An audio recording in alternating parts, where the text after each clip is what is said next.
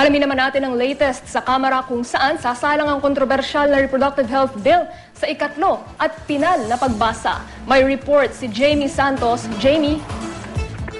Trisha, matapos i-certify as urgent ni Pangulong Aquino reproductive health bill, tuloy na mamayang hapon ang pagsalang ng kontrobersyal na panukalang batas sa third and final reading sa plenaryo. Ayon kay House Majority Floor Leader Neftali Gonzales, na ipamahagi na sa mga kapwa nila kongresista ang kopya ng panukalang batas na pumasa sa second reading noong Huwebes ng madaling araw.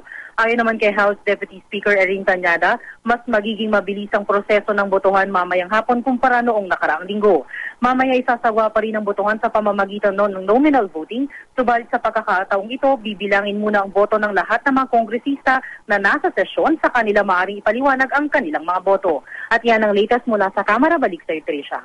Jamie, ipaliwanag natin ng konti para sa benefit ng ating manonood, no? Ano ba itong nominal voting na kanilang gagawin? Paano ang magiging proseso nito mamaya?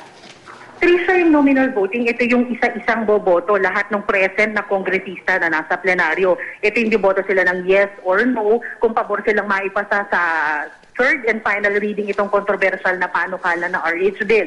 Pagkatapos ngayon, ang kaibahan nung nangyari noong isang linggo, ngayon ang mangyayari muna, matapos matali kung ilan yung pumabor at ilan yung kontra, saka magpapaliwanag yung mga kongresista kung bakit laging ganon yung kanilang boto. Hindi katulad noong isang linggo. Noong isang linggo kasi, bawat isa muna, sinabi muna yung kanilang boto at pinaliwanag nila yung kanilang boto kung bakit sila pumabor at kumontra o nag-abstain sa panukalang batas, Trisha.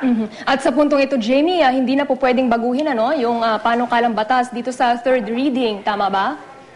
Yes, Trisha. No? Dahil nga pumasa na sa second reading, kumbaga yung mga amendments, na isama na doon. Ngayon, papatitignan na lang kung dito mapapasa na siya sa third reading. At kapag pumasa nito sa third reading, ay pag-uusapan nila o pag-ipapasa na rin ito sa Senate para ayusin yung kanilang mga differences regarding dito sa bill na ito, Trisha. Samantala, Jamie, sino-sino na yung mga grupong nakikita mo dyan sa vicinity ng House of Representatives? Meron na bang mga NGO dyan at nandyan na rin ba yung mga kinatawan ng CBCP?